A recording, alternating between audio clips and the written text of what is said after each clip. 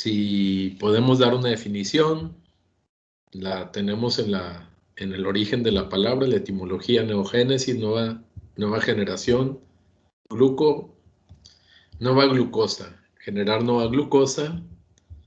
Veíamos el concepto de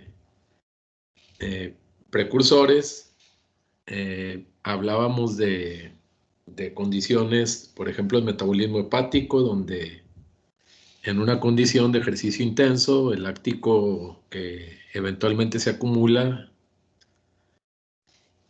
puede a través del torrente sanguíneo llegar a hígado, y ahí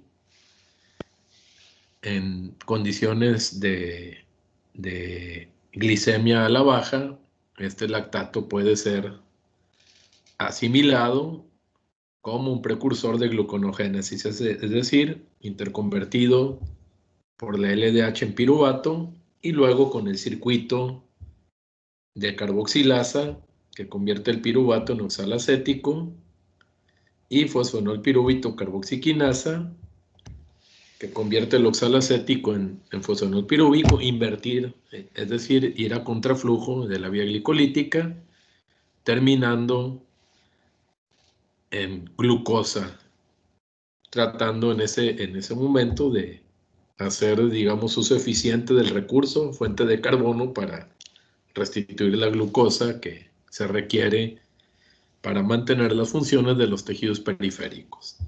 En esta situación también se puede activar la oxidación de aminoácidos como el ácido, el aminoácido, varios, la alanina, para hacer la conexión directa.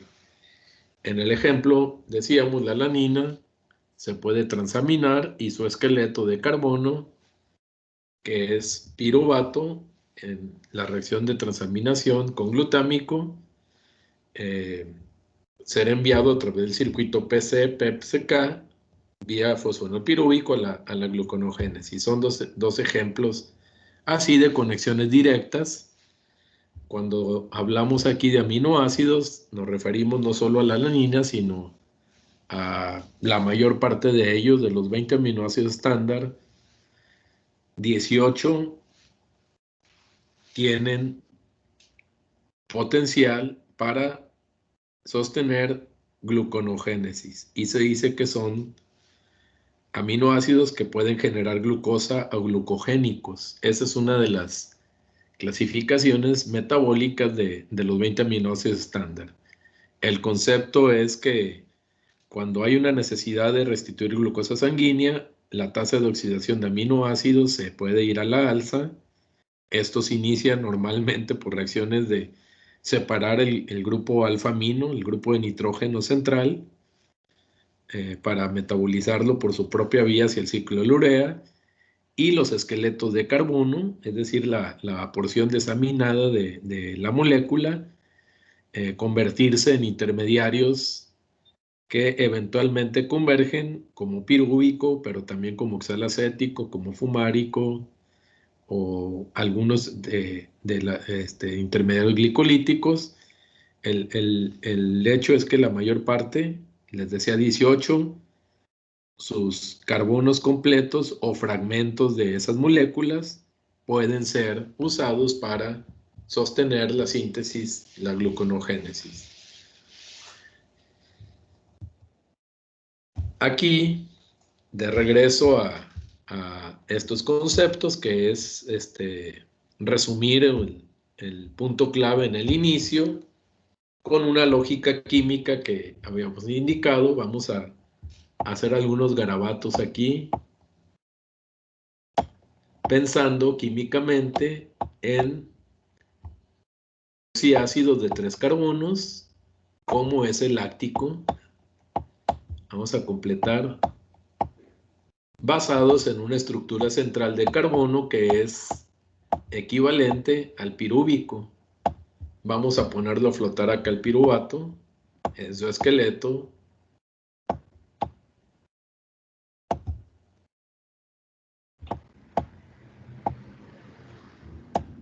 Exactamente la estructura de carbono, la parte de la molécula a la que nos referimos en estos procesos metabólicos como esqueletos carbonados en sus diferentes versiones. Acá ponemos a flotar algo similar. Bueno, ahí tienen sus cargas negativas disociadas como carboxilatos a pH neutro, que es donde normalmente ocurren estas reacciones celulares. Bueno, aquí tenemos flotando esqueletos que son, vean, si lo completamos como cetoácido alfa, tenemos nuestra molécula referencia del metabolismo, que es el piruvato. Lo voy a poner en 3 letras y de inglés para tratar de irnos pronto a vean. Si lo completamos como de lactato, el carbono alfa, que es el carbono 2, el central de la molécula, pero en su forma reducida, correspondiente a un alfa hidroxiácido, que se puede interconvertir dependiendo de las condiciones de la célula, de los tejidos, o en este caso del órgano, de las necesidades del sistema, donde acá abajo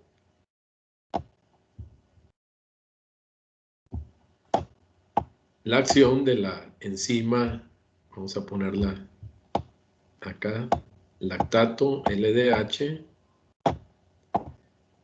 no como salida fermentativa, sino ahora al revés, convirtiendo el lactato, forma hidroxi, forma reducida,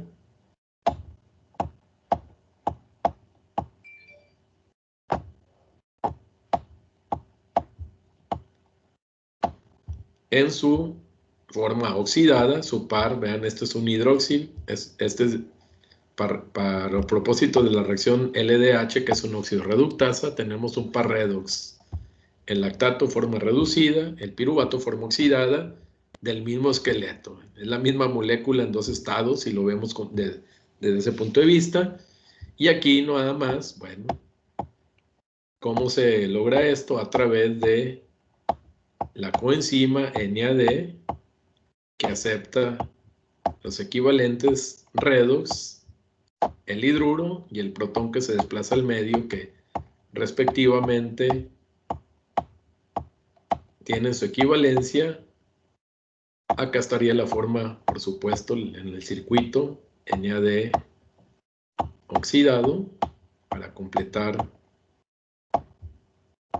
el esquema. Y entonces les decía, este hidruro es sacar a matacaballo este átomo de hidrógeno con sus 2 electrones compartidos aquí en ese enlace. Transferirlo a la nicotinamida y tenemos NADH. Esto eventualmente en la reacción se sale como protón. Los 2 electrones que estaba compartiendo con el oxígeno, ahora el oxígeno los va a compartir con el carbono, generando el piruvato. Eso es el punto 2 en su esencia. El lactato como precursor de gluconogénesis. Y acá, si este esqueleto lo completamos en su forma amino,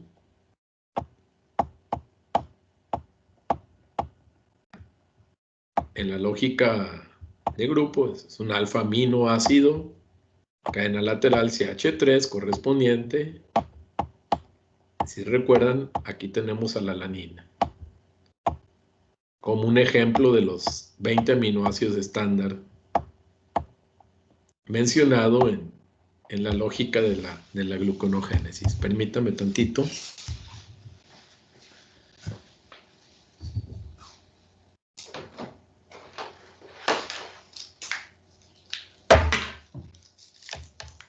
Voy a conectar el equipo porque se me está acabando la batería.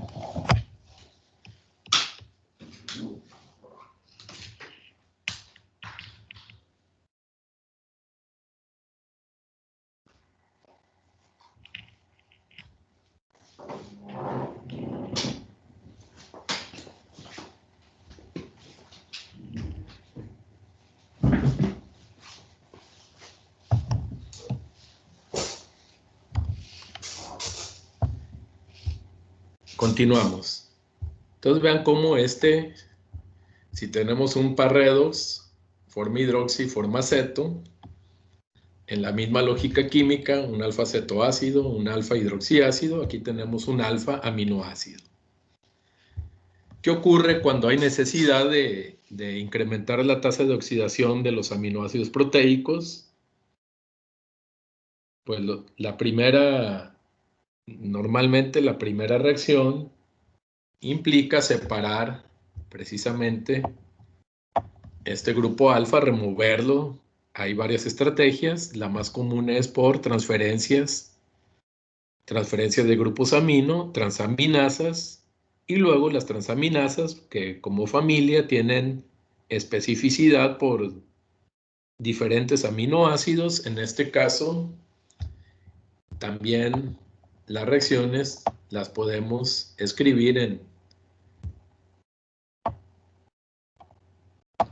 las dos vías. Para condiciones de gluconogénesis, la vía que opera es remover el alfa-amino de una manera oxidativa. Las reacciones de transferencia tienen una lógica T, es una transferasa de aminos, una transaminasa. En el sentido de la desaminación de la alanina, se requiere un aceptor cetoácido, que específicamente lo vamos a abreviar alfa K de quitos del inglés grupo ceto, alfa ceto, alfa KG, alfa cetoglutarato.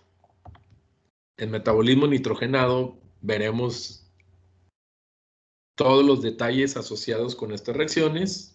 El alfa cetoglutarato acepta, se convierte en un nuevo aminoácido, que es el ácido glutámico. Esto también va a formar un circuito metabólico de colectar y ceder grupos más adelante. Vamos a dejarlo así puesto.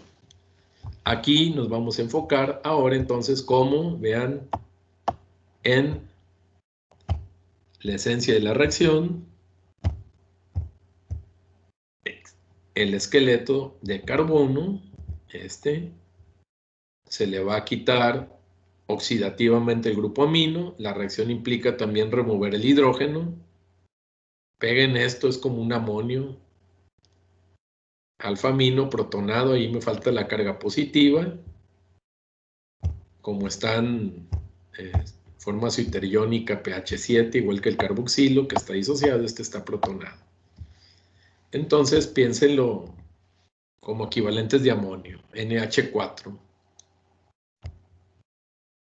NH3 más un protón más, libres, NH4 amonio, es decir, se remueven, al final van a ser equivalentes de amonio, pero aquí no quedan libres, simplemente se remueven con un mecanismo catalítico, donde la transaminasa, el nombre en el sentido de izquierda a derecha, transaminasa glutámico pirúvica. Vean cómo esta reacción son reversibles, puede tomar el nombre exactamente en el sentido inverso. Una transaminasa que entonces estaría usando pirúvico como aceptor, vamos a ponerle glutamato como donador, haciendo alanina en la síntesis. Aquí es la degradación. Esta transaminasa glutámico-pirúvica también la podemos encontrar por ahí descrita como una alanina aminotransferasa o simplemente alanina transaminasa. Es la misma enzima, pero con el nombre en el sentido inverso. Entonces les decía, en esta lógica, cómo convergen, ya integrando todo esto, exactamente el mismo esqueleto del alfa-aminoácido, que en la transaminación pierde oxidativamente su grupo, son los 3 carbonos del pirúvico, y en la reversa de la LDH, ahora el lactato oxidándose, en esta misma lógica van 3 carbonos, 3 carbonos. Eso es el detalle que... Profe, Sí, diga. ¿de dónde viene el oxígeno que se le une al piruvato? Ok. Así, fíjense, así como acá hay coenzimas para poder llevar a cabo el proceso. En las reacciones de transaminación, permítame descargo un poco esto les había puesto por allí. ¿Qué podemos hacer? Bueno, ahí vamos a insertar en los garabatillos, los garabatos. Igual, hay intervención de coenzimas. Ese oxígeno va a ser convertido en agua. El oxígeno perdón, al revés. Esta es la reacción en reversa. Corrijo, permítame. Déjenme quito aquí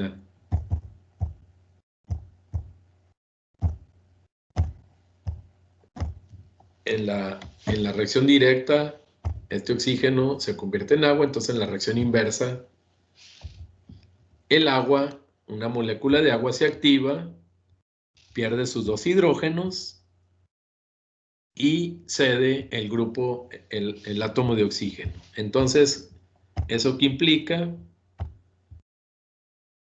Implica hacer la corrección. Voy a insertar un poquito así, la flecha en el sentido inverso. Así como hay un donador de grupo, un aceptor de grupo amino, hay un donador de oxígeno y un aceptor de oxígeno. Entonces, corrijo eso para el proceso en el sentido que lo estamos escribiendo. Pensemos, aquí vamos a insertar una flechita, esta la alargamos. ¿De dónde viene el oxígeno?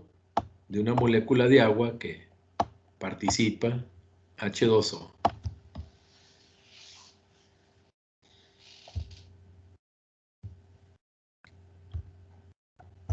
El grupo amino es pegado a la estructura del glutámico, ya que estamos detallando esto. Y el alfa-cetoglutarato, como su nombre lo dice, es un alfa-cetoácido, pero esto es un intermediario del ciclo de Krebs que tiene en su estructura 5 carbonos. Llevamos 3, 4 y 5. Es dicarboxílico, es alfa-ceto de 5 carbonos. El resto de la estructura son carbonos saturados, enlaces sencillos entre ellos, saturados con hidrógeno. Metilenos, vean esto. Y el glutámico, si lo recuerdan, es de los aminoácidos estándar. Vean esa lógica, es simplemente la misma estructura de carbono, 3, 4, 5. El carboxilo de la cadena lateral,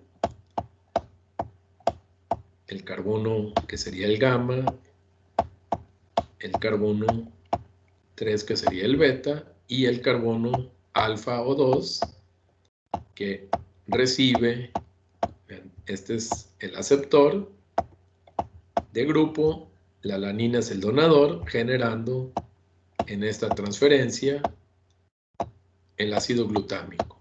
El alfa-cetoácido, vean cómo también es un par alfa-ceto, alfa-amino. Están en el centro del metabolismo nitrogenado estos aminoácidos. De regreso acá, ok. ¿Y a dónde van este par de átomos? En la reacción también se requiere participación. Vamos a ponerlo acá arriba. Aquí le puedo insertar de coenzimas. En este caso, el NAD o NADP a veces, vamos a ponerlo el más común con NAD. NAD oxidado, que asiste para activar la molécula de agua, dejar el puro oxígeno para sustituir el hidrógeno y el grupo amino en el carbono alfa. Entonces, coenzima NAD, que en este sentido acepta los equivalentes de hidrógeno del agua en este caso, completando así esta reacción. ¿Ven? Vamos a tener un hidruro al final allí, coenzima NAD reducido y un protón. Ya no lo voy a poner. Y eso completa la reacción. El oxígeno está en intercambio de entrada y de salida, dependiendo del sentido de la reacción. Entonces, eso explica la conversión de este centro carbono alfa en el pirúvico. ¿Alguna otra pregunta?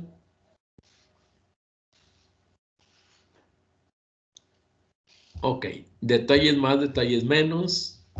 ¿Qué ocurre? Decíamos, estas reacciones que convergen en pirúvico ahora requieren una estrategia para rodear la última enzima de la vía glicolítica, que es la PK piruvato quinasa. Esto nos lleva a el precursor del pirúvico inmediato anterior en la 10ª reacción de la secuencia glicolítica, el fosfonolpiruvato.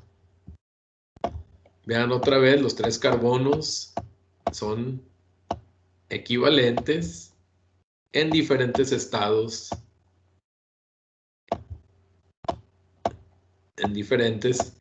químicos, con diferentes sustituyentes, diferentes formas redox. Aquí vean cómo este es también una molécula de piruvato, pero en su versión fosfoenol. Los 3 carbonos son exactamente equivalentes, recordando que este fosfonol pirúvico viene en el sentido glicolítico como producto de 9 reacciones previas, empezando por glucosa, se prepara en la fase inicial y luego se activa en la fase de recuperación de energía, sosteniendo la transferencia. Se activa como un metabolito de alta potencial de transferencia de grupo, suficiente para ahora generar ATP a partir de esa transferencia al ADP. Entonces, esto es irreversible y allí es donde viene el circuito necesario para sacarle la vuelta, el primer bypass río arriba, a contraflujo, que requiere la acción de estas dos enzimas, piruvato carboxilasa y fosfonol pirúvico carboxiquinasa. Si despejamos un poquito ahí el panorama, quitemos esto, para insertar ahora, en resumen, así con las estructuras, la lógica de estas transformaciones en el circuito piruvato carboxilasa, que inicia la conversión de pirúvico a fosfonol pirúvico para sacarle la vuelta, no puede ir por aquí directamente, parando en la primera estación, que es el oxalacético. Entonces ponemos aquí la flechita y de nuevo, en la lógica estructural, nos traemos nuestra molécula de referencia todo el tiempo pirúvico, ponemos el centro alfaceto, digamos la estructura adicional, la cadena lateral, en este caso un mero grupo metilo, pero ahora quítenle un hidrógeno en una activación de grupo bicarbonato, que es la forma, digamos, biológicamente asimilable de del CO2 en sistemas acuosos. ¿A qué nos referimos? Muchas veces en estas reacciones en los libros le ponen simplemente CO2. Hemos de recordar que el CO2 es un gas. Sin embargo, bueno, ahí quiso ser un 2. Está en un equilibrio de fases. Primero fase gaseosa acuosa, algo del CO2 se solvata, entra en solución, tiene cierta solubilidad, entonces eso lo representamos como CO2 sub A, que es acuoso, el que está solubilizado a cierto límite, y así como sustrato ya para enzimas como la anhidrasa carbónica, que activa el agua y lo pega al CO2 haciendo ácido carbónico, que entonces en un equilibrio de disociación ácido-base genera el bicarbonato. Entonces a veces ustedes van a encontrar por ahí, así con más detalle, bicarbonato. Piénselo que es el equivalente al CO2 y todo esto por lo que sigue. Entonces el carbono 3, ahora sustitúyanle nuestra referencia pirúvico y péguenle ese equivalente de bicarbonato a la molécula. Es su conversión así en esta molécula que es dicarboxílica de 4 carbonos, que es el oxaloacetato.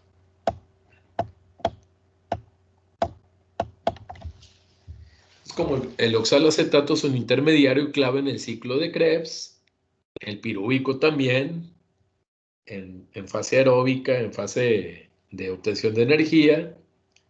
El oxalacético está confinado a la mitocondria, entonces el pirúvico primero entraría a la mitocondria a través de la enzima. Lo voy a poner aquí, que abreviamos PC. La voy a encasillar para diferenciarla, el circuito. Y la activación del bicarbonato requiere energía en el patrón clásico de acople con ATP, donde tenemos moléculas de ATP. No vamos a poner detalle, pero se los platico. El grupo fosforilo primero se condensa con el bicarbonato. El bicarbonato se activa por la piruvato carboxilasa en su sitio catalítico y le arranca el fósforo al ATP, y entonces el producto ADP es desplazado al medio de reacción. Ahí quise poner ADP. Ahí está. Eso es transitorio. El grupo fosforilo queda condensado con el bicarbonato. Vean esto. Para eso despejamos un poquito el asunto. Es importante porque todo nos regresa a la lógica bioenergética del ATP, en este caso, activando CO2 como bicarbonato. Completemos aquí, es el carbono en el centro de 3 oxígenos. Digamos, va a estar ionizado. Y en esta reacción transitoria lo que hace es, este bicarbonato se aproxima como nucleófilo al fosforilo externo del ATP, se lo roba como fosforilo, es decir, un fósforo así rodeado por 3 oxígenos. Aquí por no andar brincando mucho, que no me cambié de color en la pluma, simplemente aquí lo voy a resaltar. Es un conjugado, allá en esa línea, entre un fosforilo, que viene el ATP, y el bicarbonato. Esta forma transitoria, entonces cede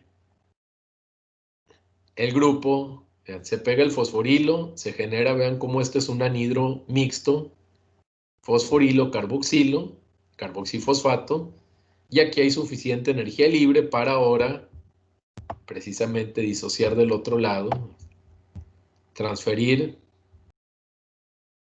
del otro lado, es decir, acá, esto como CO2 y desplazar finalmente el fósforo al medio de reacción, indicado como fósforo inorgánico. Entonces, transitoriamente, el bicarbonato, que no se puede pegar directamente al metilo, es activado como un carboxifosfato, se pega hacia afuera del lado derecho y luego se transfiere en el mecanismo, la piruvato carboxilasa se transfiere del otro lado. Vean cómo esto se lleva y se adiciona en un enlace nuevo al pirúvico, generando el oxalacético. Entonces el oxalacético, en resumen, es una forma carboxilada química del pirúvico. ¿Ok? Y entonces, ahí, otra vez vean aquí, primero se pega y luego se remueve. Entonces, en la siguiente reacción de este circuito, PC, la enzima, la voy a poner acá, abajito, fosfo, enol,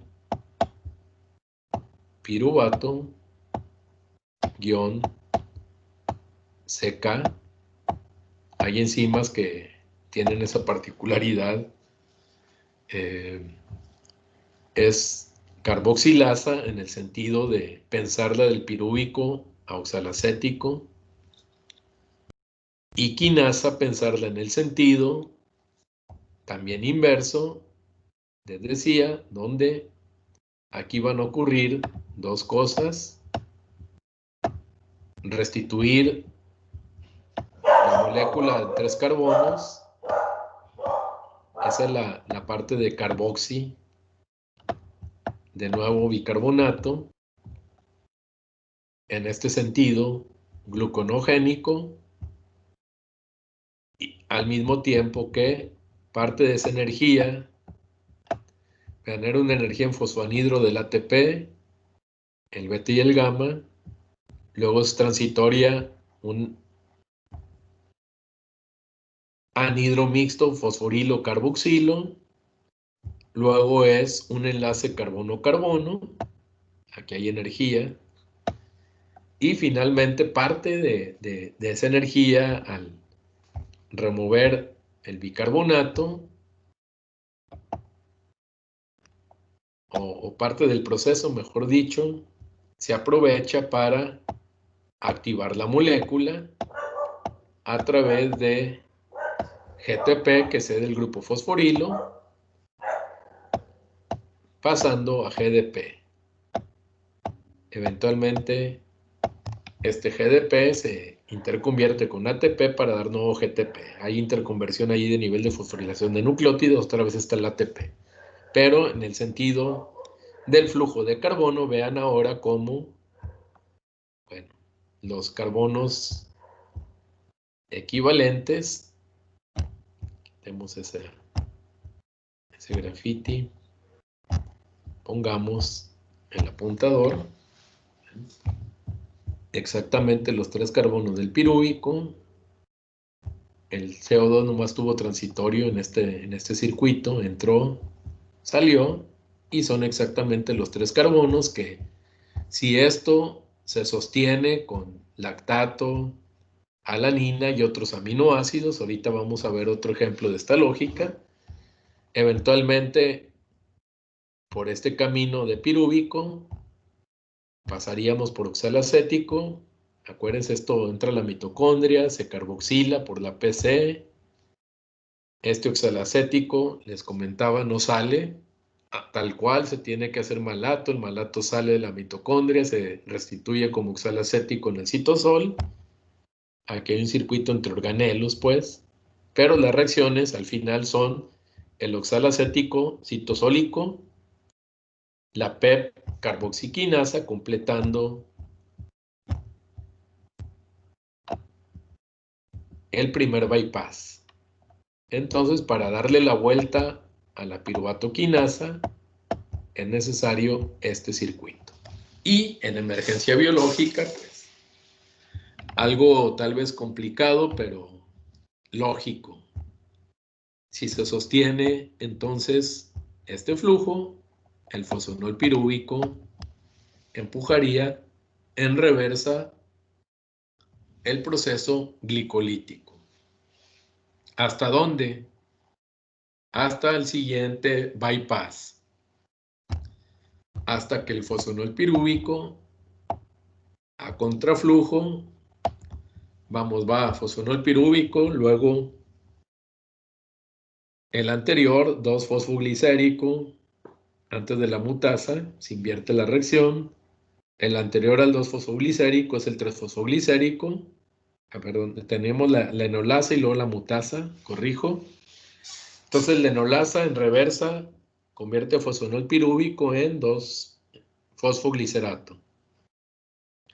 La mutasa en reversa, a contraflujo, mejor dicho,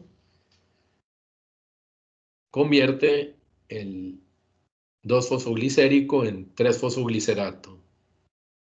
El 3-fosfoglicerato puede ser convertido en reversa a 1,3-bifosfoglicerato. Esa quinasa sí se puede invertir, la que está en medio de los flujos. Una vez generado el 1,3-bifosfoglicerato, se puede generar gliceraldehido 3-fosfato. Un equivalente puede ir directo, otro se isomeriza de hidroxiacetona, el segundo equivalente de estas triosas, que se pueden condensar empujando la reacción de aldolasa al revés, generando fructosa 1,6-bifosfato. La fructosa 1,6-bifosfato, si recuerdan, es el primer intermediario específico de la glicólisis. La enzima que cataliza la reacción es la primera enzima, digamos, específica de la ruta y es un punto de regulación. La reacción de conversión de fructosa 6-fosfato requiere ATP. También tiene un cambio de energía libre termodinámico negativo alto y no puede ser el proceso revertido a través de invertir, invertido, ir a contraflujo, a través de echar en reversa esta reacción, y allí donde se vuelve a atorar y se requiere una nueva enzima. Una enzima alterna a la fosfofructoquinasa 1, que es la fructosa 1,6-bifosfatasa. Vean cómo se abrevia aquí. Fructosa bifosfa, el sufijo asa, que es una hidrolasa, bifosfatasa, isoforma 1. Esta hidroliza el éster fosfórico 1 y así le saca la vuelta a la fosfofructoquinasa generando fructosa 6-fosfato. La fructosa 6-fosfato se convierte por la isomerasa en glucosa 6-fosfato. Y de nueva cuenta, la hexoquinasa también tiene un cambio de energía libre estándar negativo alto, es decir, no puede ser revertido, y viene el tercer bypass, ahora por una enzima que hidroliza el éster de la glucosa 6-fosfato, es la glucosa 6-fosfatasa. Estos son nombres así sistematizados, pero simplificados. Tienen el glucosa 6-fosfato fosfohidrolasa. Realmente, glucosa 6-fosfato fosfohidrolasa va a remover hidrolíticamente el éster fosfórico de la glucosa 6-fosfato. Eso es la lógica, simplemente se contrae en glucosa 6-fosfato. Para no repetir tanto, glucosa 6-fosfatasa. La hidrolasa que le quita el fósforo 6 a la glucosa 6-fosfato.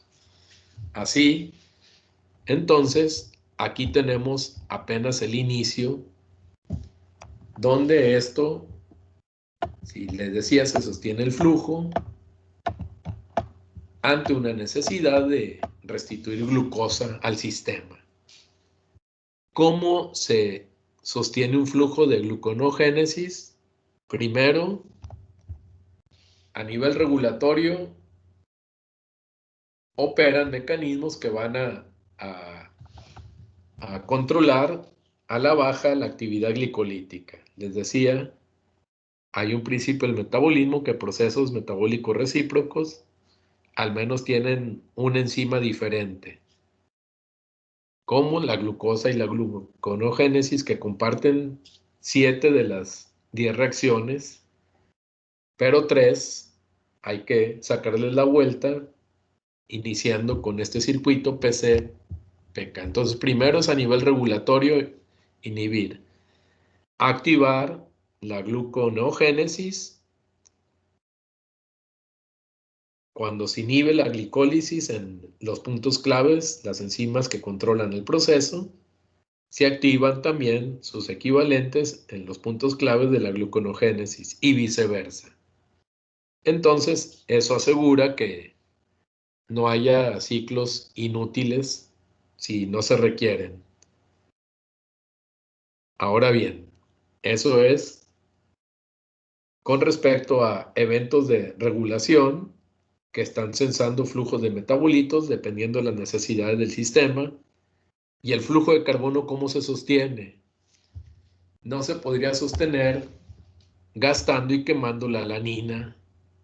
El lactato pues está limitado, se acumuló por ahí, se puede restituir, pero pues vean, esta es una interconversión. Se limita el oxígeno en ejercicio intenso, se acumula, sale del hígado, perdón, sale del músculo, llega al hígado.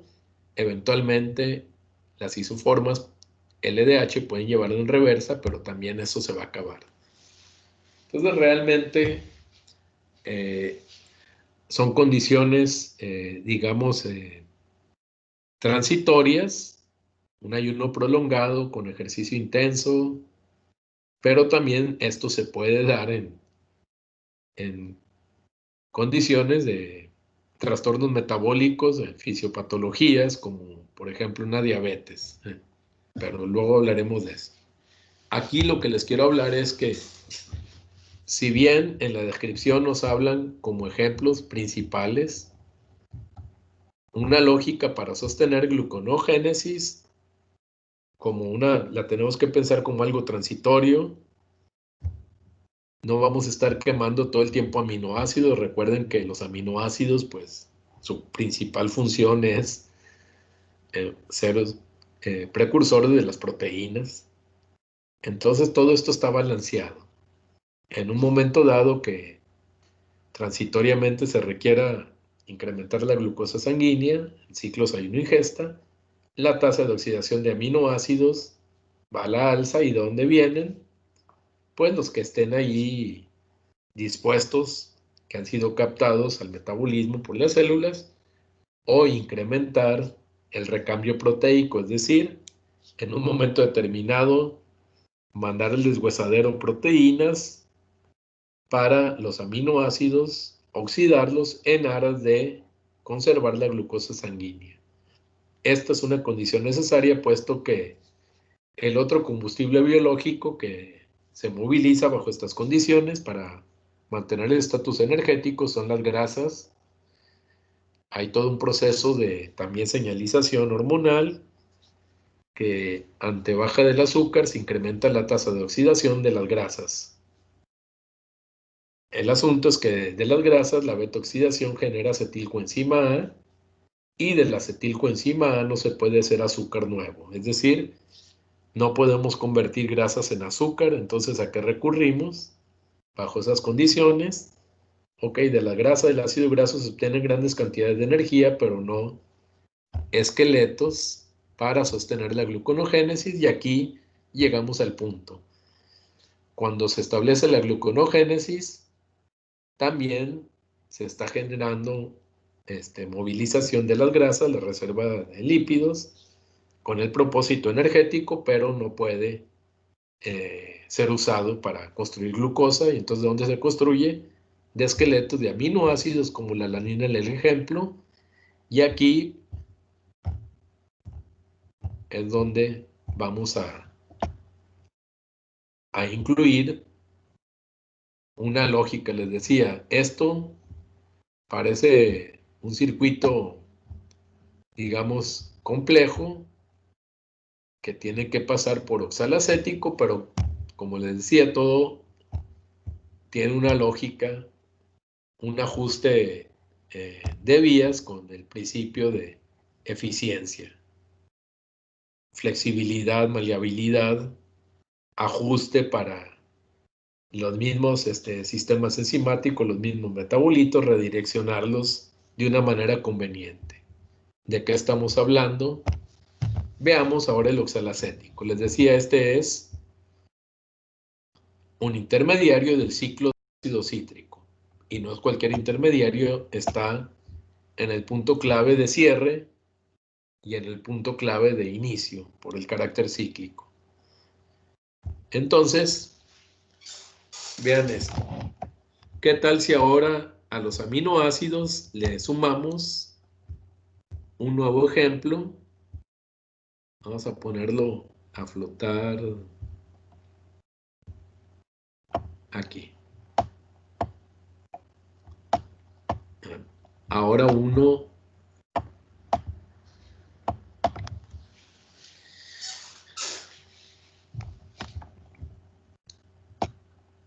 cuyo esqueleto tiene equivalencia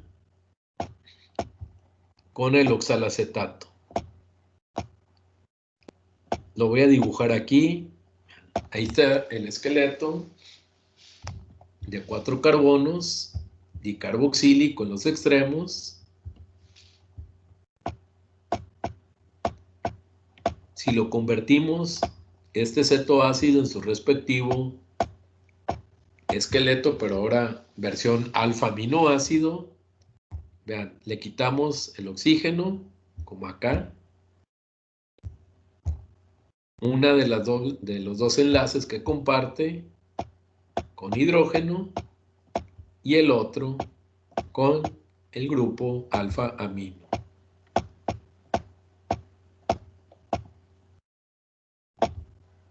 Lo completamos allí en su forma zwitterion, su cadena lateral también acídica.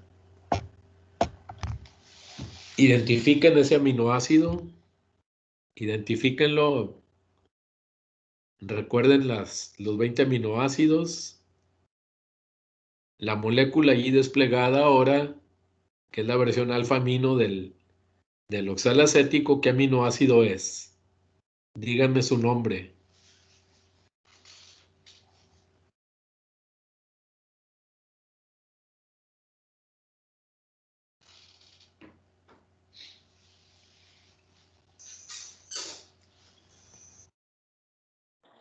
¿Es el ácido aspartato?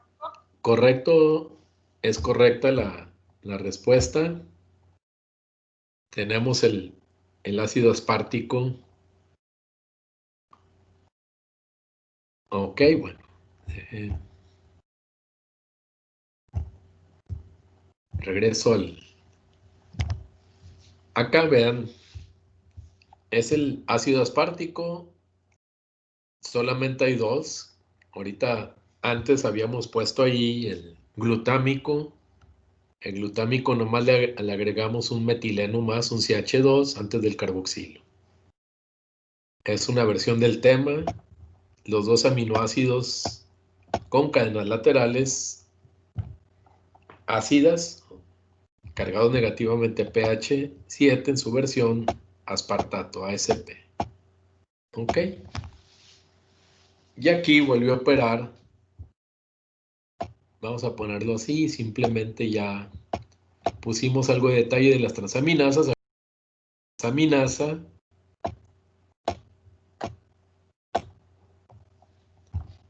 acá era glutámico pirúvica, vamos a ponerle el sentido. Es oxalacetato, aspartato.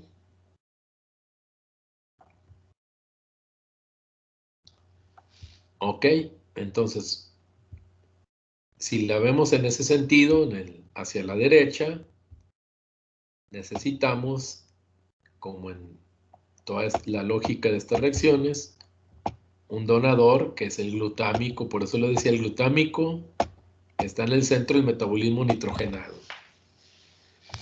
Aquí como donador, pero bueno, esto es reversible.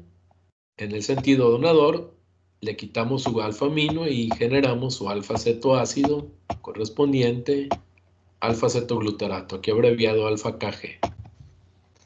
Entonces, en ese sentido, sería una transaminasa glutámico donador, el alfa-cetoácido aceptor, oxalacético, transaminasa glutámico oxalacética en el sentido de usar el glutámico como donador a la derecha. Para sostener gluconogénesis, otros aminoácidos, en este caso ya pusimos ahora el aspartato, se puede transaminar. También a esta enzima se le puede llamar al revés, transaminasa aspartica o aspartato aminotransferasa o aspartato transaminasa. Tiene varios nombres, así lo pueden encontrar ustedes. Es la misma, esa es la TGO. Operando en reversa, y así ya tenemos dos ejemplos, dos diferentes aminoácidos cuyos esqueletos de carbono, ya sea la totalidad, como la alanina, los 3 carbonos, son pirúvicos, se les saca la vuelta y son fosfonol pirúvico. Aquí, este esqueleto de carbono ya trae este cuarto carbono en el aspartico. Al transaminarse es oxalacético, simplemente este se pierde como bicarbonato y 3 de estos carbonos pueden ser asimilados eventualmente para convertirse en azúcar. Y así, otros aminoácidos van asimilándose. Algunos fragmentos son como succínico, el succinato se puede convertir en fumarato, el fumarato en malato y el malato en oxalacetato.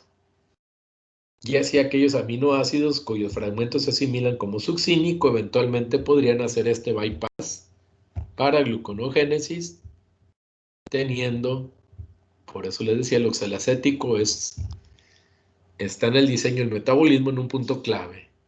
Puede cerrar ciclos oxidativos con acetilcoenzima A o puede ser desviado a gluconogénesis. Esa es la versatilidad, la plasticidad que vemos en estas vías, operando en una lógica de responder a las necesidades, ajustándote en uno u otro sentido, glucosa, glucólisis, gluconogénesis, incrementar la tasa oxidativa de aminoácidos para converger como oxalacético y hacer así una síntesis sostenida hacia la gluconogénesis. Entonces, todos estos elementos, otra vez analizamos las rutas, así una forma seccionada, como temas, pero la idea es irlas pensando en una forma funcional, conectadas. Esa es la idea. Entonces, ¿alguna pregunta en este punto?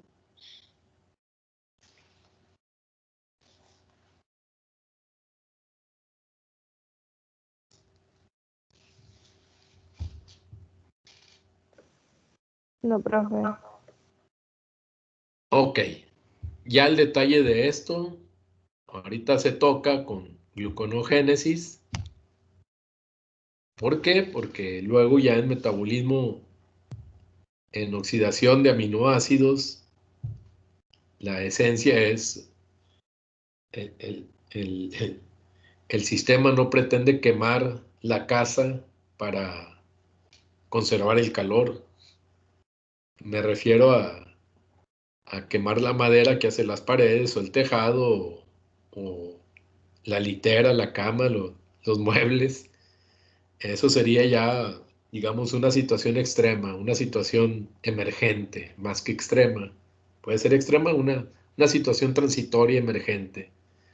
Nos pesca la tormenta ya como en las películas, aislados en el bosque, en una cabaña y no hay comunicación y se empieza a acabar el recurso y mientras haya comida y agua, el agua ahí está en la nieve, es una tormenta, hay que protegernos del frío y cosas así, ¿no? Entonces, la emergencia en este caso, en la analogía, es no vamos a quemar la casa, no vamos a quemar proteína, no vamos a quemar aminoácidos, esos se van a asimilar, entonces si lo podríamos hablar, darle carácter a estas moléculas, no está en su vocación que sean quemadas, al contrario, está en su vocación construir proteínas, pero emergentemente esa tasa oxidativa puede subir. Entonces,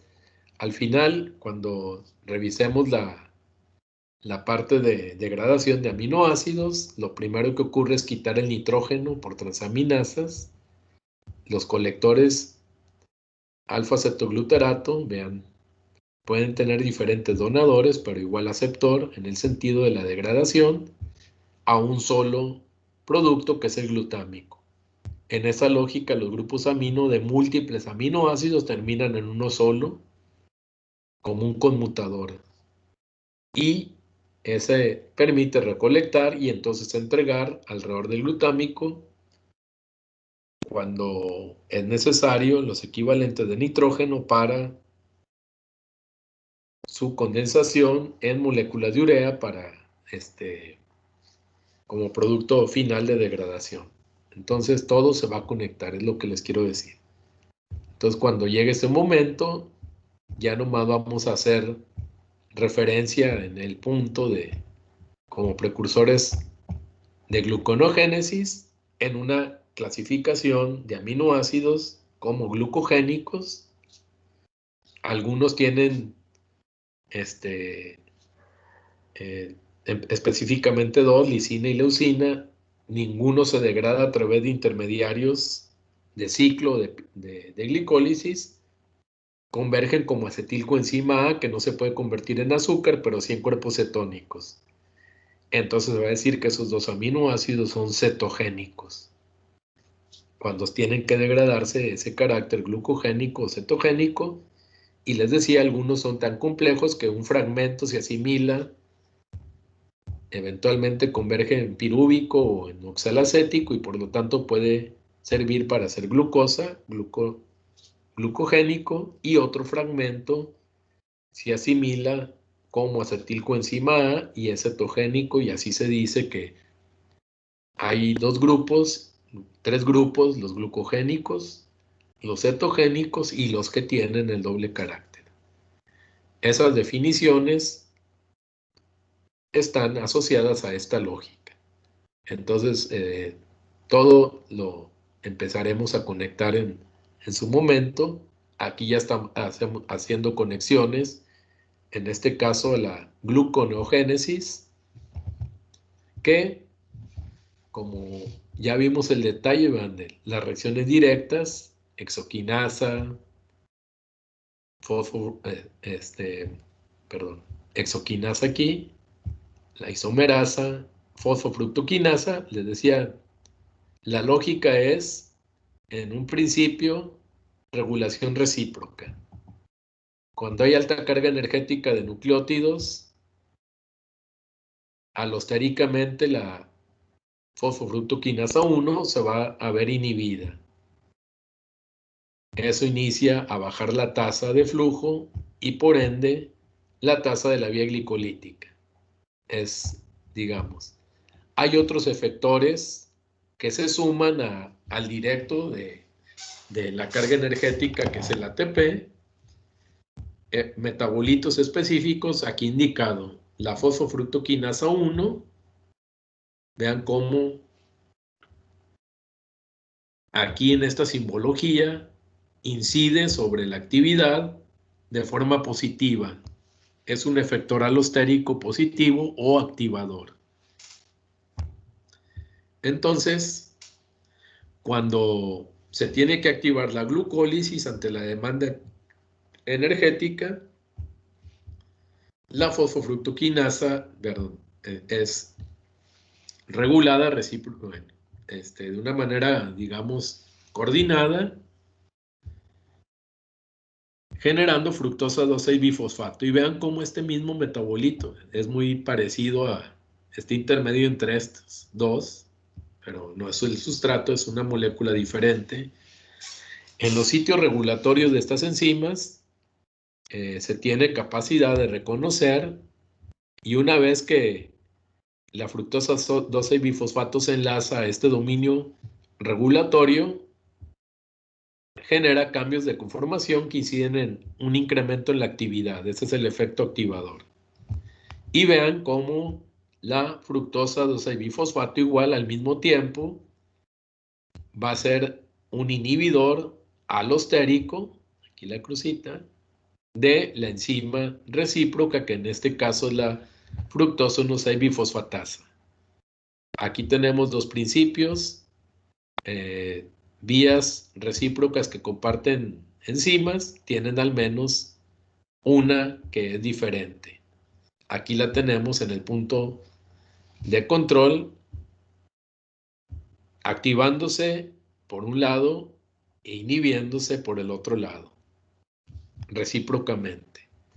Y luego el AMP igual, vean, ¿esto qué significa? Cuando la carga energética de nucleótidos va a la baja, se acumula ADP y AMP, la fosfohidrolasa de fructosa 1,6-bifosfato, la fructosa 1,6-bifosfatasa, es también de manera, digamos, cooperativa, inhibida. Entonces hay un dominio, más bien, hay un sitio en el dominio regulatorio de la fosfatasa que reconoce la fructosa 2,6-bifosfato, hay otro dominio que reconoce la AMP, ambos actúan de manera cooperativa inhibiendo.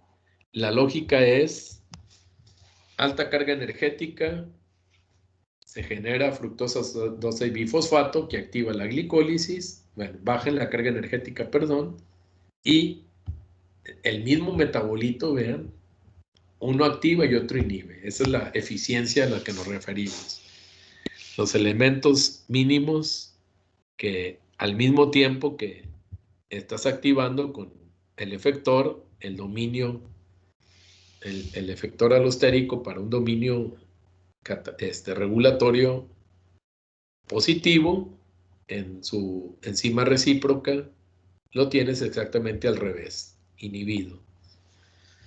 Entonces, ese es el primer switch, les decía. Luego, teníamos aquí en estas figuras, aquí dejé esto, ya lo explicamos con los ejemplos del LAN y el piruvato.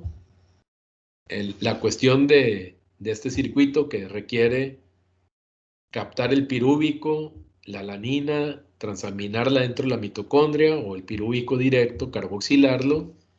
Decía, esto que parece así algo complejo, desperdicio de recursos, no lo es tanto porque las isoformas, van aquí es NAD, que se oxida para hacer malato, recordando que el NAD reducido es el combustible de la fosforilación oxidante. Aquí se está gastando en otro propósito.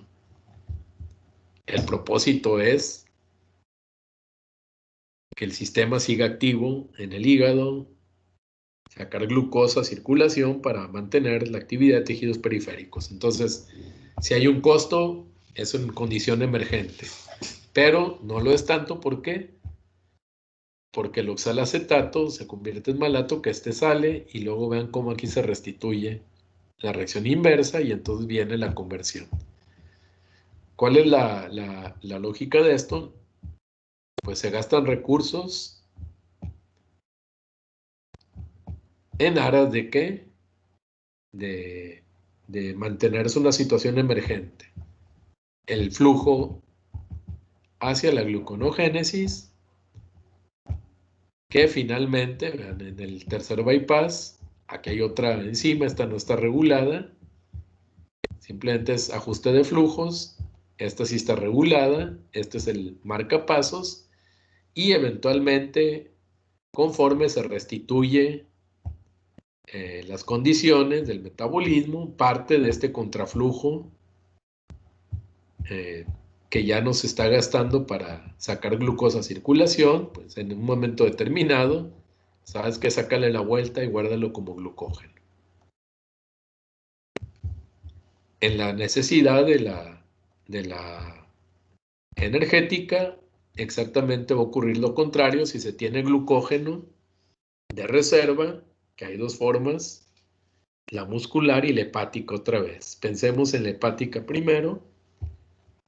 Ok, empieza a bajar la glucosa, se empieza a limitar, se activa entonces el circuito del switch primario es, sácala de la reserva, moviliza el glucógeno para generar moléculas. Aquí no está el detalle, pero la glucosa 6-fosfato se está interconvirtiendo en esta dirección, a glucosa 1-fosfato se isomeriza y luego una fosfatasa. Esto está confinada en la mitocondria, saca glucosa a circulación. Entonces, en primera instancia, antes de que se active la gluconogénesis, tenemos una reserva de glucógeno. El glucógeno hepático para la regulación de la glicemia. Aquí hay reserva antes de activar todo esto. Entonces, por eso les decía que lo pensamos de que estamos gastando recursos, pero antes de activar todo esto hay una transición de lo que tenemos guardado. Y todo va actuando así como que falta glucosa, órale. Activa la reserva, moviliza el glucógeno. Se acabó el glucógeno, por ejemplo, podemos tener limitado por las características del glucógeno, que es un polímero altamente hidratado que se guarda como gránulos. Hay un espacio limitado en el hígado, que es la función general, genérica, y hay una forma también adaptada de glucógeno a músculo. El músculo le decía que es algo así como, a mí dame mi energía y te muevo. O sea, es algo egoísta. El glucógeno del músculo es para consumo propio. Hay un circuito donde la glucosa liberada, bueno, movilizada el glucógeno de músculo, pasa por aquí y no se degrada glucosa, sino que se va directo a la vía glicolítica. Esa también tiene su lógica, por supuesto. Entonces el hígado es el generalista en el uso del glucógeno para todo el sistema, para todo el organismo, y el músculo es individualista, en este caso, con su situación particular de pasar por aquí y directamente direccionarse la ruta. Entonces, estos ejemplos nos llevan a que al final, en la descripción de los sistemas, todos van a tener puntos de conexión, y para que operen en forma simultánea o gradualmente unos se activen, otros se apaguen, pues se requieren puntos específicos, o sea, sistemas específicos de regulación. Todo eso en respuesta a las necesidades del sistema. Entonces, de lo que estamos hablando es ya de elementos de integración metabólica, pues, que veremos posteriormente. Entonces, ¿tienen alguna pregunta de este proceso de gluconogénesis?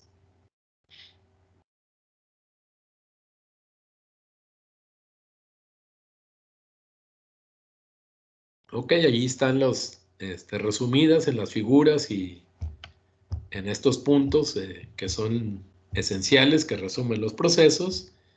Y entonces vamos a adentrarnos en otros procesos del metabolismo, de vías de metabolismo de azúcares. Ya que enfocamos el glucógeno, vamos a meternos en esta, digamos, fase del metabolismo de azúcares que implican guardar cuando hay exceso. Hay suficiente glucosa que cumple la función energética, se regula la baja, sigue habiendo suficiente glucosa, no hay necesidad de activar gluconogénesis, pero sí de inhibir glucólisis, y eso cambia la vía hacia guardarla para cuando se requiera en forma de glucógeno, y lo contrario, cuando se limita esta entrada, empieza en el primer switch, la primera reserva, que es movilizar el glucógeno. Estamos hablando de biosíntesis y degradación de glucógeno como tema que está en los mapas metabólicos, veamos, conectado así de una manera estratégica, no con la glucosa, sino con la glucosa 6-fosfato. Entonces, ¿de dónde parte y a dónde llega la movilización de glucógeno? ¿De dónde parte la síntesis? ¿A dónde llega la degradación? Es en este punto. Otra vez, río arriba de la fructosa 1,6-bifosfato. Y separado de, ya sea glucosa 6-fosfato ya como forma activa, parte de las rutas, a su forma libre, que está todo el tiempo en un equilibrio de captación o bien difusión al exterior, en este caso conectado a todos los circuitos de regulación de la glicemia. Entonces, en el diseño del metabolismo, lo que vamos a encontrar es, primero, si la glucosa se va a enviar a guardar como glucógeno, tiene que pasar por glucosa 6-fosfato y entonces hacer un cambio de vía. Aquí hay una enzima que interconvierte glucosa 6 a glucosa 1, la mutasa, acuérdense. Y luego, para guardarlo, hay que activarlo con UTP, haciendo un intermediario activo que es la UDP-glucosa, que va a ser el sustrato de los ciclos de alargamiento de las moléculas de glucógeno. Y al igual que la glucosa, en la glucólisis y la gluconogénesis, aunque comparten metabolitos y en esencia empezamos en un punto y terminamos, o sea, de glucosa 6-fosfato glucógeno o viceversa, son procesos recíprocos, cada uno tiene su propio camino, igual que acá. Pueden compartir algunas reacciones, pero van a tener enzimas específicas que se convierten, como acá, también en los puntos de control. No era la intención de este esquema representarlos, simplemente lo que les quiero decir es que la biosíntesis y la degradación, como procesos recíprocos del metabolismo, también van a cumplir con esos conceptos generales. Cuando uno esté activo, el otro va a estar inactivo. ¿Cómo se hace el switch? A través de, en primer nivel, efectores alostéricos, positivos y negativos, para que en una condición determinada se active la movilización a través de la glucógeno fosforilasa, o bien se active la síntesis a través de la glucógeno sintasa. El detalle nos vamos a trasladar entonces a su presentación, a la presentación donde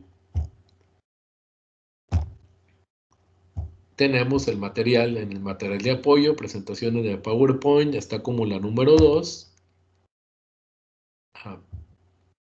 Creo que la tengo mejor acá ya fuera en la ventana para trabajarla mejor, permítame. Entonces esa no era la ventana.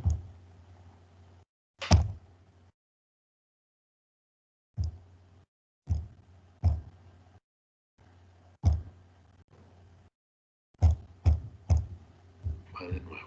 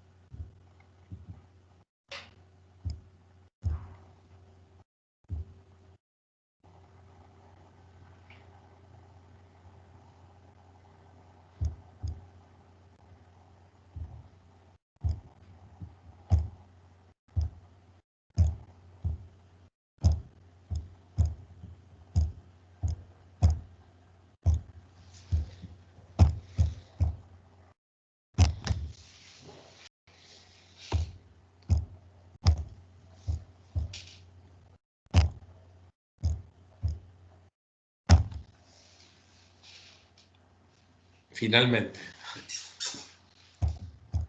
La tenemos ahora como ventana, ¿es correcto?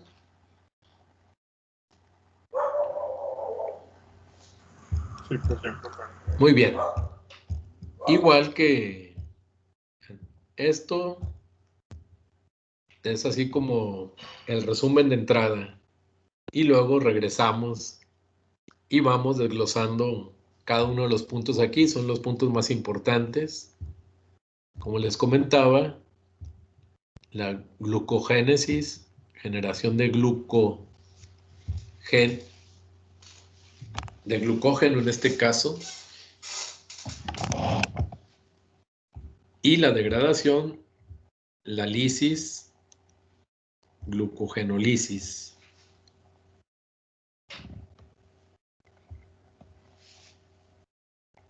Son respectivamente síntesis y degradación del glucógeno, se regulan de manera recíproca.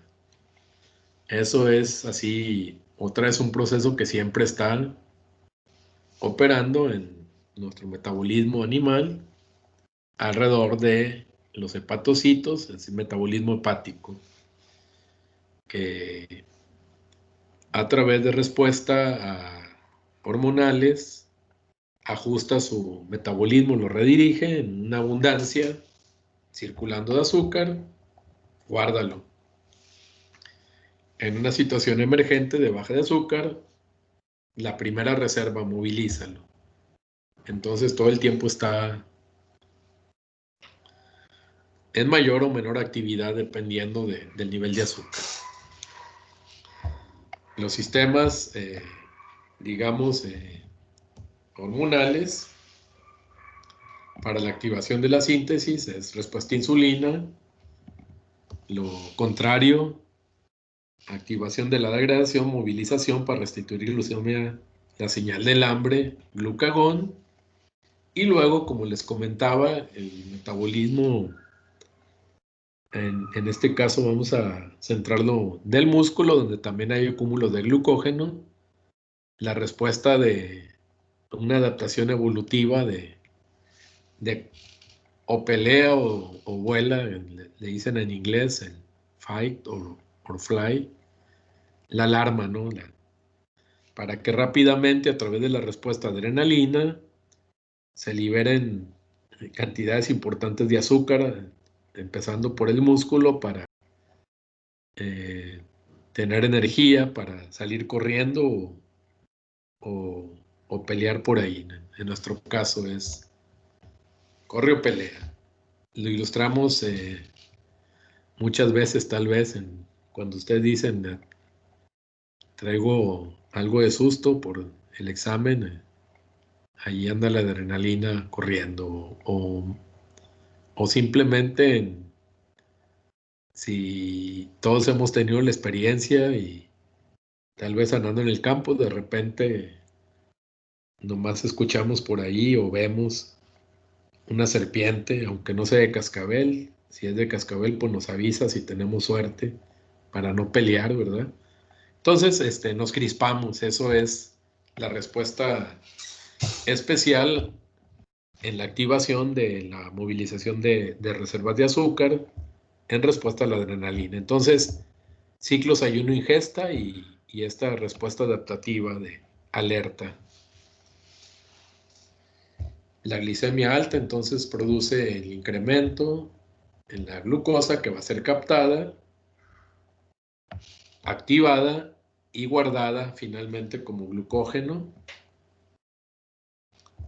Y como les decía, hay a veces que esto se sigue de gluconogénesis, se restituye la glicemia y parte del flujo que ya estaba de aminoácidos o de lactato, eventualmente sería también guardado como glucógeno. Y lo contrario, la movilización, como respuesta, les decía, a los ejes neuronales que luego activan los sensores cerebrales de glicemia, mandan señales para la liberación de las hormonas correspondientes para activar. Entonces está muy controlado todo eso. Y luego situaciones especiales, como decíamos, los eritrocitos, que la única fuente de energía y las neuronas es prácticamente glucosa todo el tiempo manteniendo en un nivel para no afectar estos sistemas celulares o estos órganos periféricos. Entonces, esto es, digamos, los conceptos. Y empezamos de nueva cuenta en el punto común de pensar estructuralmente. Y ahí la definición de las enzimas y la lógica de los procesos.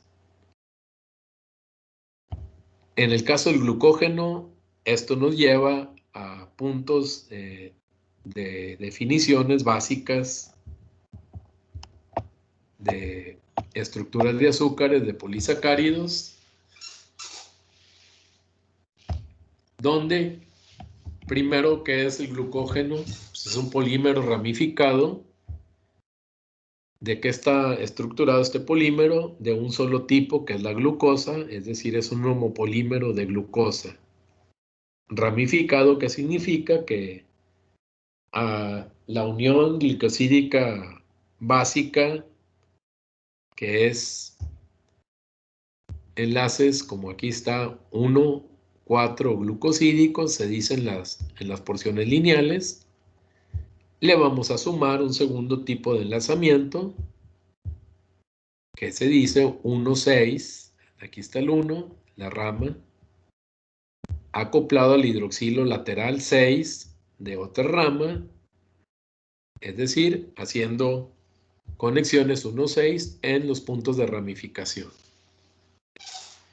Eso nos lleva a algunas descripciones. A lo mejor no estamos muy familiarizados con pensar en estructuras secundarias y terciarias de polisacáridos, que sí las hay, en analogía a las estructuras de los diferentes niveles de descripción de estructuras de proteínas, que hablamos del nivel primario, la secuencia. Aquí a lo mejor no lo es tanto porque es un homopolímero, todas son glucosas. Pero a nivel secundario y tridimensional, sí las podemos pensar con sus correspondientes características de tamaño, forma y, en cierta manera, polaridad. Y para esa descripción, regresamos otra vez a conceptos básicos de carbohidratos. Por ejemplo, aquí. Vean, se dice que cada punta,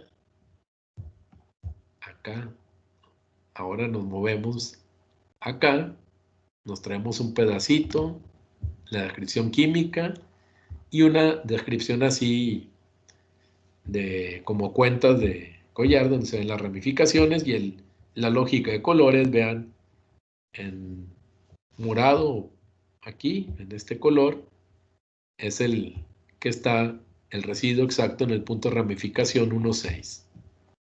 Luego en amarillo son todos los internos dentro de la parte lineal y en gris las puntas. Y aquí en estas puntas, que sería como un árbol ahí en el jardín, en la calle, parten de una rama principal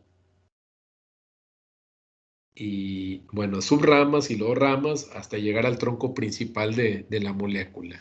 Eventualmente nos estaríamos moviendo en el sentido del exterior, tomando una punta, llegaríamos a un punto de ramificación, nos continuaríamos por la rama, en esa subrama, en la rama principal, hasta llegar hasta el tronco. Es una molécula altamente ramificada. Y luego, entonces, ¿cuáles son las puntas y cuál es el tronco? Estructuralmente, vean cómo esto, aquí sería el 1, 4, el carbono numérico, 2, 3, 4, 5, el 1 y el 5 haciendo la glucopiranosa en la estructura numérica y el 6 fuera.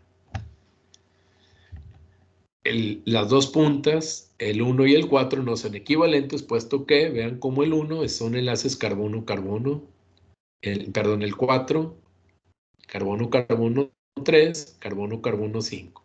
Pero el 1 es el anumérico, es el que puede estar en mutarrotación. Bueno, aquí está comprometido. Simplemente no son equivalentes porque este es el 1. Está haciendo un enlace interno partiendo un oxígeno con el 5. Son diferentes. Esto eventualmente terminaría en una punta. No va a ser el caso en el glucógeno, nunca va a estar libre esto. Pero conceptualmente esto terminaría, vean, de muchas puntas. Hidroxilo 4 que no tiene capacidad de abrirse, en un hidroxilo 1 que puede abrir, exponer su grupo aldehído. Ese grupo aldehído eventualmente en pruebas cualitativas con capacidad de reducir iones de cobre, por ejemplo, dando un color específico en la reacción denominada de azúcares reductores. Esto es lo que se toma como base para darle la direccionalidad a esto. Cada una de estas puntas se dice que son extremos no reductores, aquí en gris. Acá vean cómo cada una de estas puntas sería el extremo no reductor, como las ramas de un árbol. Vamos adentrándonos a un punto de ramificación, le seguimos. Eventualmente, si esto estaría libre, tendríamos un extremo reductor con muchas puntas no reductoras. Todos estos son los extremos 4. Eventualmente se van metiendo y vamos a terminar en un hidroxilo que en la molécula del glucógeno es algo así como la lógica de los ácidos nucleicos en cómo se replica. Las polimerasas no pueden hacer polímeros partiendo de nada, de nucleótidos libres. Entonces, una de las cadenas que va a ser copiada por la DNA polimerasa dependiente de DNA, la que hace la replicación, requiere un extremo, un primer, que da un hidroxilo cebador 3'. En el glucógeno hacemos esa analogía. Hay una molécula núcleo que es la glucogenina, que tiene grupos hidroxilo asociados a tirosinas que se activan y se pega el primer azúcar y se hacen una cadena de 6 azúcar o LIGO y luego se empieza la ramificación. Estos son dímeros. Pensemos el dímero acá arriba y un dímero acá arriba a la derecha, abajo a la izquierda, así como un plano de simetría invertido, pero son homodímeros, con otra tirosina donde también puede empezar. Eventualmente, teniendo estas cadenas, son las, digamos, las cebadoras, sobre una estructura base de tirosina que inicia la síntesis, y luego todo el tiempo, todas estas moléculas van a tener un recambio. Piénsenla esta como una estructura de polisacáridos, muchos hidroxilos altamente hidratados, con puntas, como si fuera una rama, y empezáramos a verla crecer. Van creciendo las ramas con el tiempo, o bien cuando la podamos, vamos acortando las ramas. En esa lógica estructural opera el metabolismo de tener moléculas altamente hidratadas con muchas puntas no reductoras que pueden ser sujetos de reacciones de activación para irle pegando en la síntesis. Y esto, vean cómo vamos a tener muchos puntos de alargamiento. Esa es la lógica de por qué el grado de ramificación. Muchas puntas no reductoras en los extremos que se activan para que rápidamente esto, como una molécula, si hay exceso de glucosa, activarla y pegarla. Entonces esto se alarga. Y también rápidamente atacarla como si fuéramos jardineros, operando de una manera concertada, unos aquí, otros acá, otros por acá, nanojardineros, haciendo cortes para rápidamente movilizar el azúcar que se requiere, acortando la molécula. Entonces, el glucógeno en su estructura nos da la lógica metabólica. como una molécula altamente ramificada que va a ser atacada a las puntas que son los extremos no reductores para acortarla cuando hay que movilizar azúcar o para alargarla cuando hay que guardarlo. Aquí empieza el asunto y esto lo trasladamos a la lógica enzimática del proceso. Entonces, ¿qué ocurre? Primero, para movilizar la ruptura, la degradación, la glucogenólisis. Bueno, ¿cuál es la lógica enzimática? Activar la glucógeno-fosforilasa. Vean la clave, fosforilasa.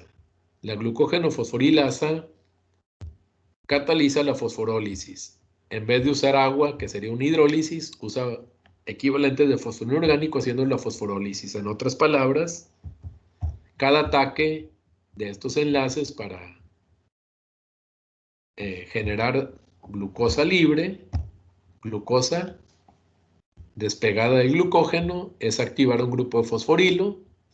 Entonces, en vez de usar agua, se usa activación de un grupo de fosfato. Automáticamente lo que se libera es un azúcar fosforilado, que sería la glucosa 1-fosfato. Y pudiendo atacar estas moléculas esféricas por muchos puntos, viene así como un flujo de azúcar hasta donde alcance. Una liberación pronta, rápida, que el objetivo es restituir la glicemia. La glucosa 1-fosfato, sin embargo, es como una compuerta, no entra directamente al río, se tiene que convertir a glucosa 6-fosfato y parte de esa glucosa 6-fosfato pues se tiene que administrar para uso propio. El mismo hepatocito puede estar requiriendo azúcar para funcionar y para regalar a todos los demás. Entonces es así como, digamos, represas que van regulando el flujo y lo van distribuyendo dependiendo de las necesidades propias y las necesidades del sistema. Entonces empieza a hacer esa lógica que empieza con la manera en que ataca por los extremos no reductores, que son las puntas, y la manera que activa la movilización enzimáticamente, degradándola, produciendo en cada ciclo glucosa ya activa como glucosa fosfato, es decir, que no se fugue como glucosa libre, de una manera que cae la lluvia y no se controla, viene el ciclón y arrasa río abajo. Aquí está controlado. Ante esa lógica que combina entonces ahora la estructura, las enzimas y el diseño del metabolismo como hemos indicado. Ok, entonces produce glucosa 1-fosfato a partir de las puntas que son los extremos no reductores. Pero eso tiene un límite. ¿Por qué? Porque al mismo tiempo de estar moviéndose, cortando, eventualmente esa enzima que tiene especificidad por los enlaces en las partes, en las ramas, las partes lineales, alfa 1,4-glicosida, fosforilasa, digamos, va a llegar un momento en que se aproxima a la ramificación. En nuestro ejemplo, el jardinero es igual, es estar aquí, estar cortando uno tras otro, y va a llevar un límite físico, un límite estérico. La glucógeno-fosforilasa ya no tiene acceso a los extremos no reductores a partir del cuarto, usando como referencia el punto de ramificación. 4 residuos río arriba, hacia la punta no reductora, la enzima ya no tiene acceso. Y entonces se requiere otro sistema enzimático que destrabe la situación. Paso B, enzima de ramificante. Esta enzima es muy particular porque tiene acceso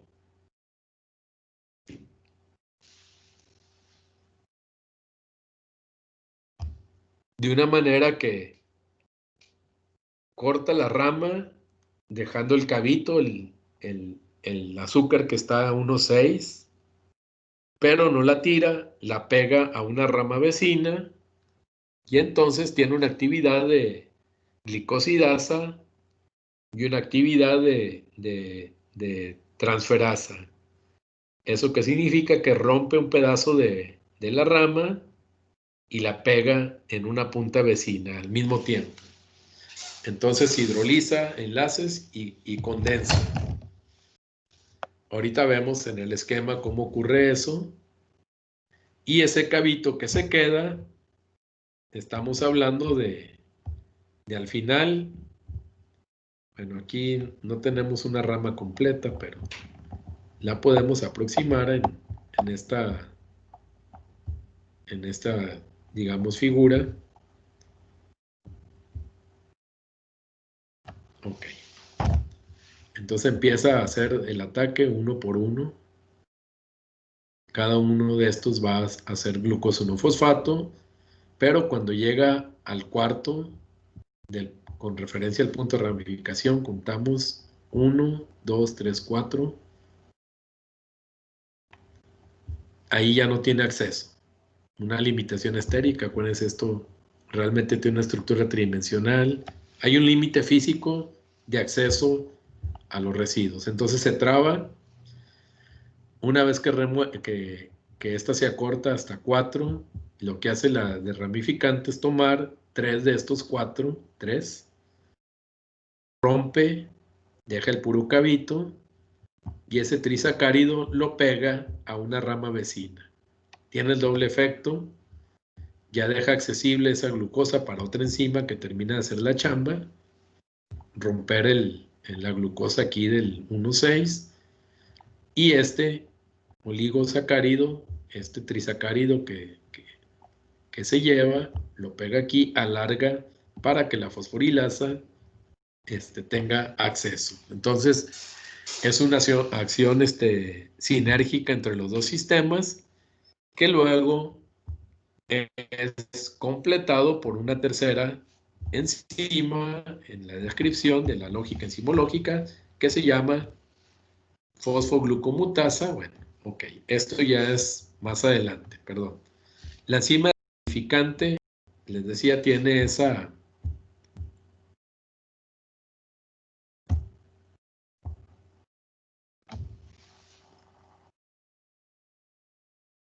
particularidad de rompe y condensa, pero también termina al final de quitar el cabito. Es como cortar una rama en dos fases, aquí en 3.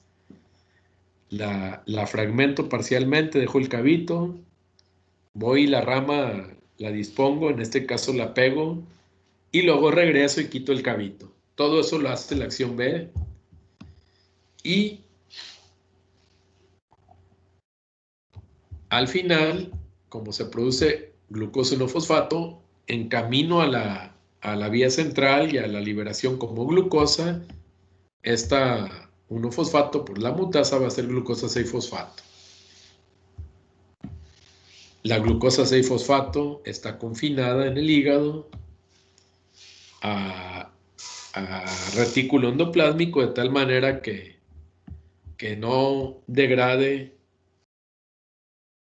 toda la glucosa, sino que se establezca un circuito para la mayor parte, sí, pero no toda, sea capturada al interior del retículo endoplásmico, el hepatocito, donde va a ser desfosforilada y entonces empujada por sistemas de transporte a los capilares sanguíneos. Entonces, esa lógica es que cuando la glucosa 6-fosfato se va a ir a la vía glicolítica, no se haga un ciclo inútil con la fosfatasa, que la va a hacer glucosa libre. Es decir, que haya glucosa 6-fosfato suficiente en el citosol para el propio consumo y que se genere glucosa confinada, libre, en donde está la enzima de degradación de la glucosa 6-fosfato para enviarla en un circuito a circulación. Entonces, todo esto tiene su organización, su lógica, como la vemos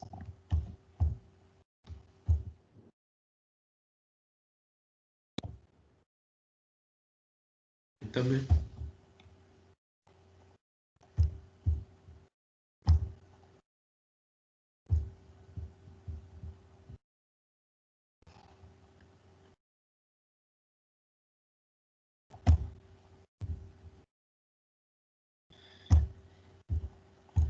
Liberarlo para poder avanzar.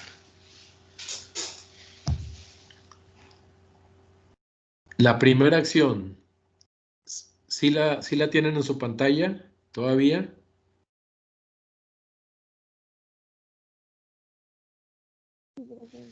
Ok. Sí, profe.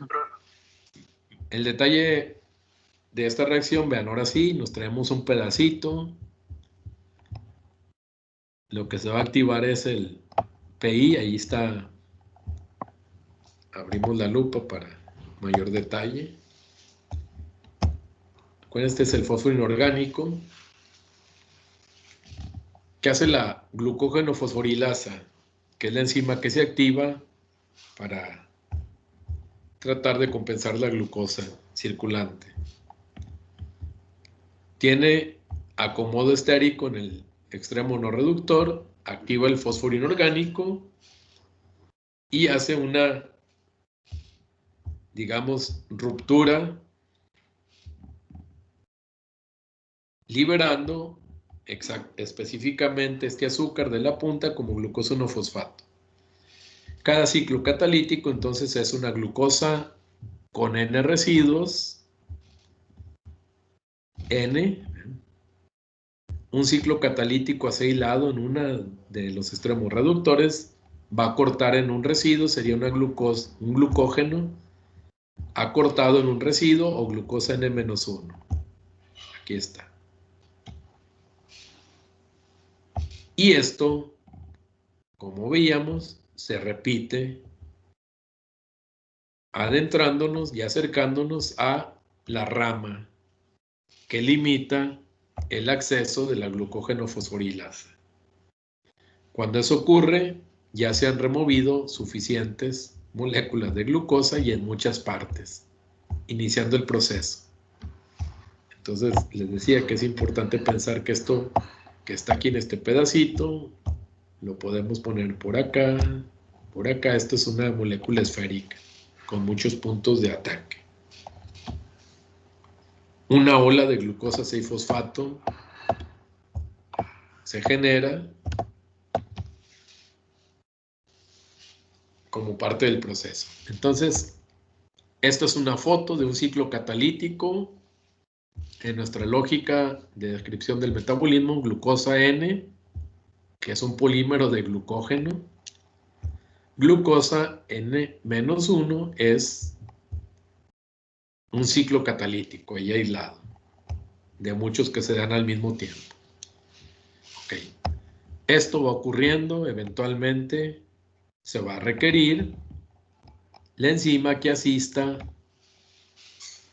que es la enzima desramificante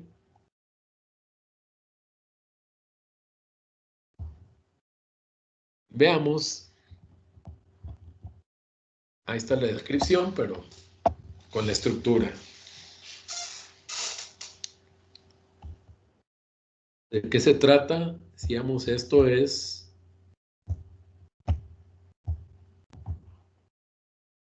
ir gradualmente en las puntas no reductoras. Aquí ponemos ahora 2 que se van a ir degradando.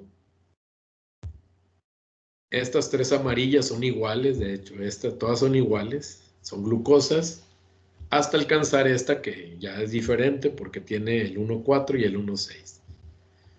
Entonces, este código de colores es el límite físico.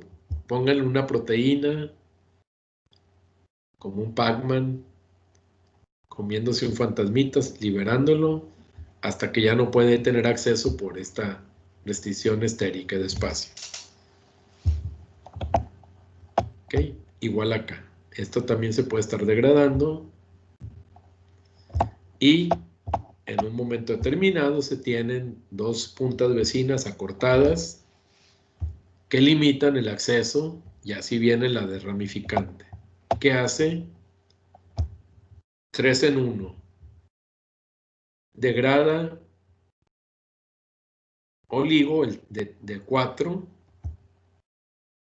saca un tetra en amarillo y lo pega a la punta no reductora vecina. Entonces esta es una transferencia definida como enzima ramificante, primero la actividad oligo alfa 1,4,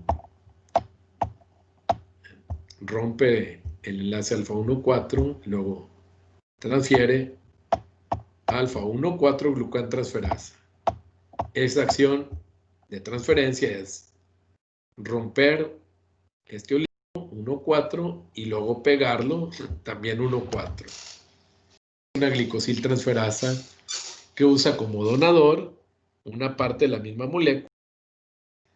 Donador y aceptor, la misma molécula, nomás cadenas vecinas, ramas vecinas. Ya a eso me refería a la cuestión de estructuras tal vez secundarias y terciarias de estas moléculas. Tienen polaridad, puntas no reductoras, extremos reductores hacia el tronco inicial, así como decimos de amino a carboxilo, la secuencia primaria. Aquí podríamos tener puntos de referencia no reductor para definir la acción de las enzimas como punto de partida, luego ya ramas que aquí pues son descripciones para ver la lógica de la acción enzimática nada más. Pero las ramas, por ejemplo, las amilosas no ramificadas son helicoidales. En moléculas ramificadas se tiene un arreglo tridimensional diferenciado, además de que hay muchos grupos polares, como decía, con moléculas de agua aquí en los intersticios. Son altamente hidratadas, así como pensemos en almidones, la amilopectina hidratada en los atoles, por ejemplo, que van a ser grumos, algo así. Entonces, cada molécula ahora transformada de esta manera, alargando la punta vecina y dejando el cabito, como les decía, este es el enlace 1,6. Otro dominio de la misma enzima termina por hacer la acción. Además de ser glicosil hidrolasa, ahora tiene una actividad de glucosidasa 1,6, descrita aquí. Alfa 1,6 glucosidasa. Y a diferencia de los extremos no reductores que se liberan como glucosa 1-fosfato, lo que está aquí es como un plus, da la glucosa libre. Esa glucosa libre se suma a la glucosa 1-fosfato en los productos de reacción. ¿Y qué tanta glucosa va a haber? Pues vean cómo esto es como una especie de marcaje de los que están exactamente en el punto de ramificación. ¿Cuántas glucosas? Pues cuántas ramas tiene la molécula, cuántos puntos de ramificación. Si la frecuencia de ramificación es 1 cada 10 residuos, pues tendríamos en esa proporción 10 unidades en las partes lineales, 1,4 y una en el punto de ramificación. De cada 11, una sería glucosa y 10 serían glucosa 1-fosfato. ¿Ok? Y entonces la acción concertada de la glucógeno-fosforilasa y el sistema de ramificante va a producir mezclas de glucosa 1-fosfato y glucosa libre. La glucosa 1-fosfato es la minoritaria. La glucosa 1-fosfato es la mayoritaria, la glucosa libre es la minoritaria. Ambas se van a asimilar, una de manera directa, se fuga por difusión a la glucosa, mientras que la glucosa 1-fosfato, a restituir la glucosa sanguínea, mientras que el 1-fosfato tiene que ser entonces convertida para continuar y ser canalizada a la vía glicolítica como glucosa 6-fosfato o al circuito para liberarla a circulación.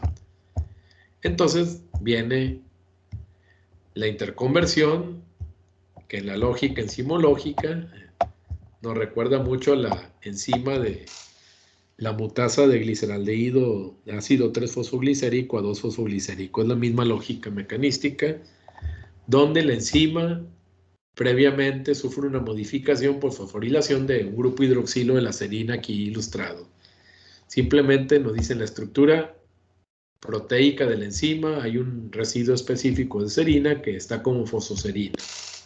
Esa es la forma activa, acomoda como sustrato la glucosa 1-fosfato y primero le dice,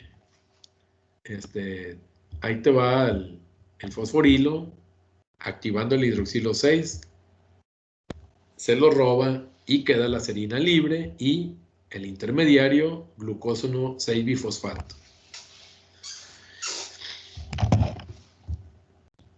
En la segunda parte, la enzima se vuelve a fosforilar, autofosforilar, ahora activando su serina, robándole el fosfato, pero del otro lado, el rosa, el 1. Termina el ciclo catalítico, donde la enzima vuelve a hacer serina fosfato y ha convertido glucosa 1-fosfato en glucosa 6-fosfato. Esta glucosa 6-fosfato, dado que se comparte entre rutas, va a seguir un camino. Aquí ya vamos a hacer el cierre porque ya es hora, pero para que no quede flotando, la siguiente sesión la retomamos en este sistema.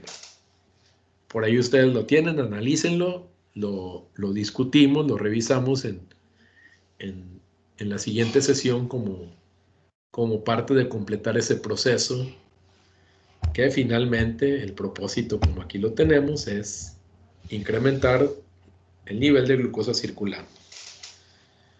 Si tienen alguna pregunta ahorita o al inicio de la siguiente sesión, es momento de hacer el cierre. Tengan buen día y continuamos el próximo viernes. Igualmente, doctor.